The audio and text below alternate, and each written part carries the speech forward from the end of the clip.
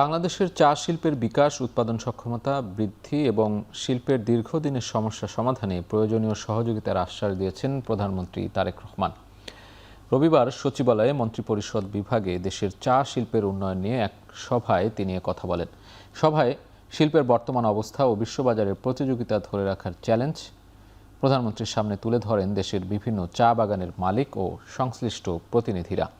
একই সঙ্গে তারা শিল্পের টেকসই উন্নয়নে কিছু দাবি ও প্রস্তাব উপস্থাপন করেন। এ সময় প্রধানমন্ত্রী বলেন, চা শিল্পের বিকাশে সরকার প্রয়োজনীয় নীতিগত, আর্থিক ও প্রাতিষ্ঠানিক সহায়তা দেবে।